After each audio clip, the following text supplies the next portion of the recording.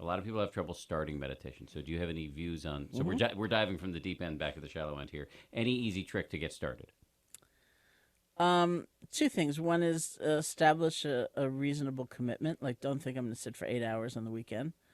It might be 5 minutes a day. It could be 10 minutes a day. We've had that discussion too. I now say 5 to 10 minutes a day Thank is a you. great way to start because of you. The discussion was about my saying the first 5 minutes are the hardest 5 minutes usually because you're so agitated often thinking about what you have to get done that day that 10 minutes is like kinder to yourself than Hmm.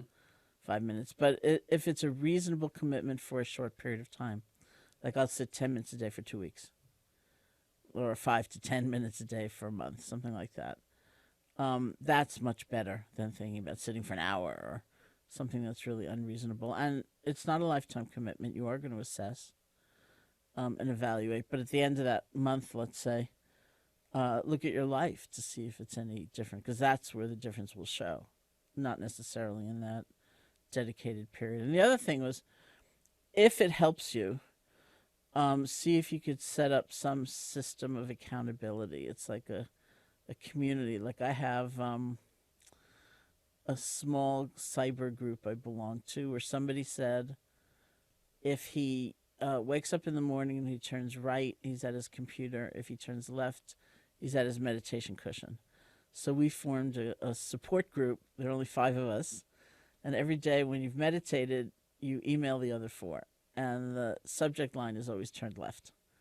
And if you want, you can say something else like for turn left for 2.5 seconds or 2.5 hours, or the weather's great here, or say nothing. The important thing is that you've reminded one another.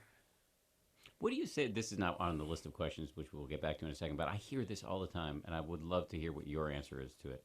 People say to me all the time, I get it, meditation is good for you, but you don't understand. I can't do it because my mind is too busy. I can't settle my mind. What do you say to people? That's a place where you need a good teacher, whether it's person to person or on an app or tape or whatever. Because first of all, everyone can do it.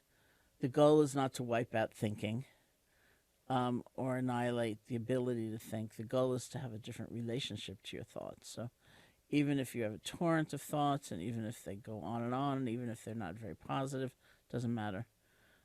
Because first of all, you're settling more on the breath, a little bit more, and then a little bit more, and a little bit more, and you're also developing more space toward the thoughts, which is the goal.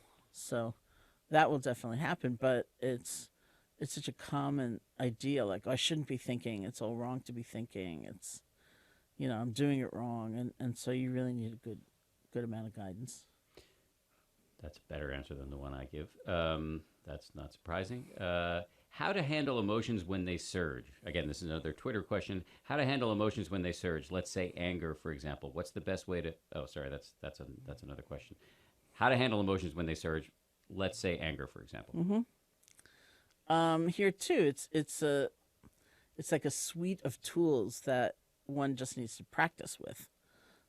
Because some emotions are harder than others, but the more you practice, the more you can establish a different relationship to the emotion. So, a common one is feel it in your body.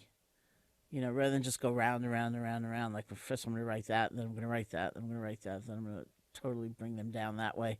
Like, feel it in your body.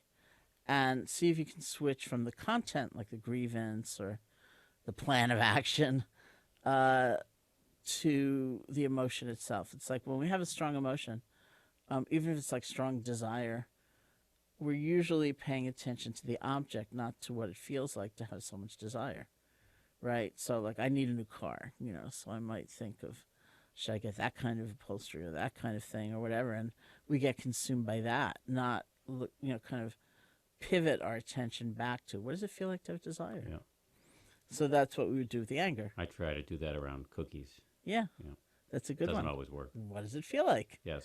Um, and so you feel it in your body. Uh, Also, we look for the add-ons. As with everything, it's the papancha that gets us in the end. I'm such an angry person. I will be forever. Spent $10,000 in therapy, and I'm still angry. What a waste. Um, whatever it might be. And those are just add ons and come back to, okay, what does it feel like? And then we kind of deconstruct the anger movie. We just look. And so maybe within the anger, we see sadness, we see fear, we see helplessness, whatever it might be. Uh, and then if we choose to take action, we can do that with a full comprehension of all those feelings, not just the topmost layer, which was the anger. And we also see change. If you look at anything in that balanced way, you'll see it's constantly changing. And so that quality, that emotion, which seems so solid, so oppressive, so overwhelming, when you really look into it, it's constantly changing. And so it's different.